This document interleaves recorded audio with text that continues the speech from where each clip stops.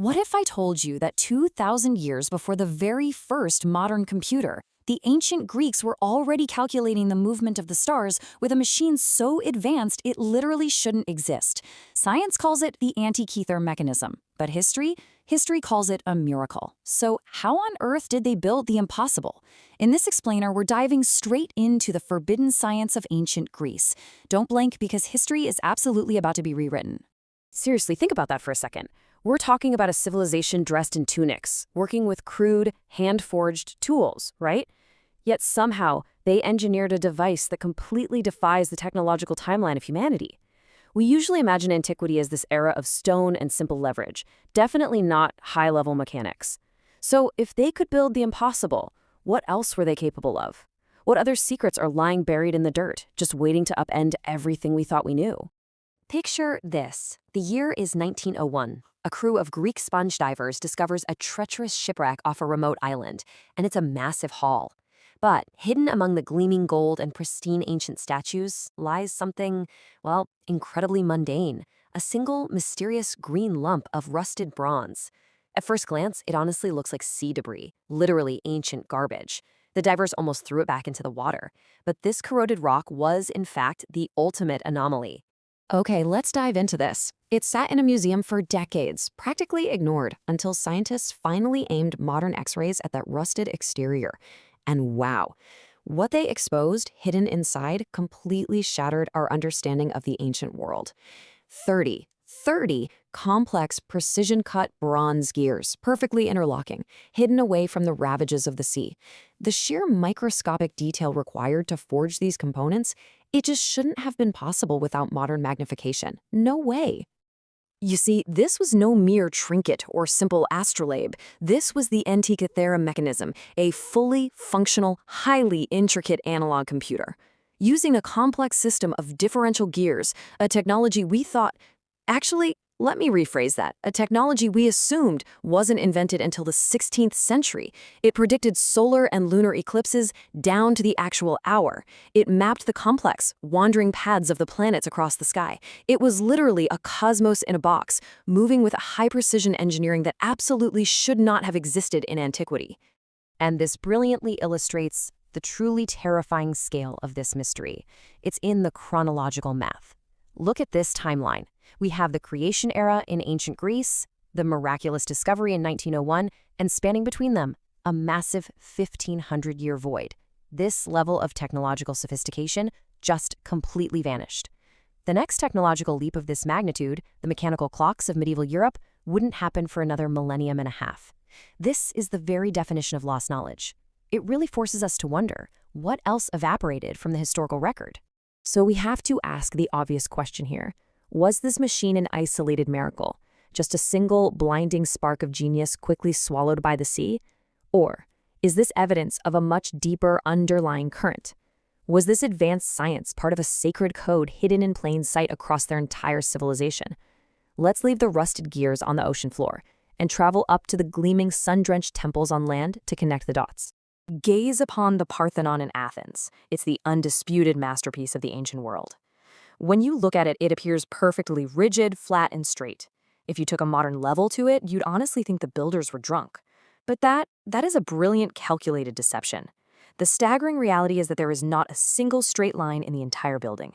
Every block, every pillar is individually sculpted. The Greeks engineered a fascinating concept known as entasis. It's a deliberate, slight curvature, physically built right into the massive columns and the foundation itself. It bows upward and outward. Why? Well, because human vision is flawed. Perfectly straight parallel lines actually appear to sag in the middle from a distance. To compensate, they built it slightly curved to create a flawless optical illusion of absolute rigid perfection.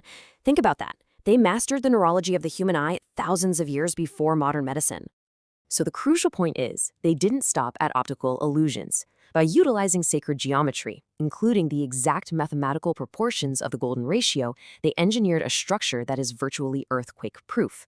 It's designed to absorb and distribute seismic shockwaves through its curving joints. It begs a highly controversial question.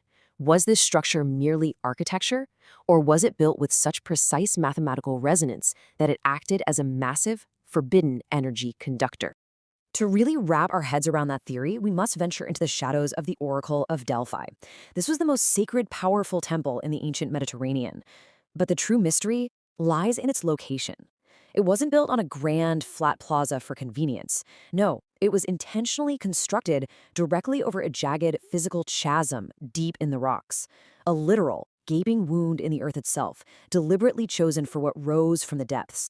Now, what's really interesting about this slide is the undeniable influence of the rituals performed above this chasm. They were legendary. The high priestesses would descend and breathe in mysterious, sweet-smelling gases rising naturally from the geological rift.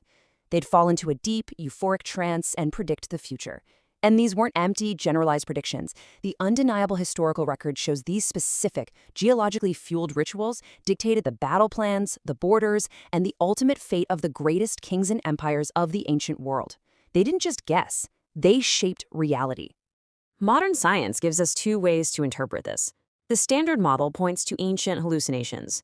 Modern geology confirms that ethylene gas can seep from these specific fault lines, suggesting the priestesses were merely intoxicated by natural earthly chemistry, right? But there is another theory, the portal theory. Did these specific geographic locations allow them to literally tap into Earth's natural frequencies? Or were they utilizing a deep geological resonance to expand human consciousness beyond its normal limits? Analog computers mapping the depths of space. Temples built on impossible mathematical perfection. Rituals precisely located to harness the Earth's natural geology. It all builds to a massive crescendo. We must confront the grand theory. Where did this incredibly advanced, localized explosion of knowledge truly originate? How on earth did one civilization, isolated in antiquity, know so much, so fast? For the ultimate clue, we turn to one of their own, Plato, the legendary Greek philosopher whose writings form the very bedrock of Western scientific and political thought. He wasn't exactly known for writing fiction, yet he is the original source, the very first to ever record the story of Atlantis. He described it in vivid, clinical detail, a highly advanced, unparalleled civilization that existed long before his own time. Let's move to and see how this builds into the ultimate question. What if it wasn't a myth? What if Plato, a man of profound rational intellect, was describing a very real lost civilization? Could Atlantis be the shadow source, a forgotten empire that acted as a technological blueprint, handing down this incredible, forbidden science to the dawn of ancient Greece just before it disappeared beneath the waves? A legacy of lost knowledge passed down to the survivors? Look at the trajectory of our past. From the unblinking marble eyes of ancient Greek statues to the hyper-fast processing of modern silicon chips. The through line of human genius is there, but there is a massive missing link buried in the sediment and the stone. We are only just beginning to decipher the true capabilities of the ancients. And when we finally unlock the full, terrifying extent of what they really knew, we won't just understand our past, we will rewrite history entirely. What will we find next?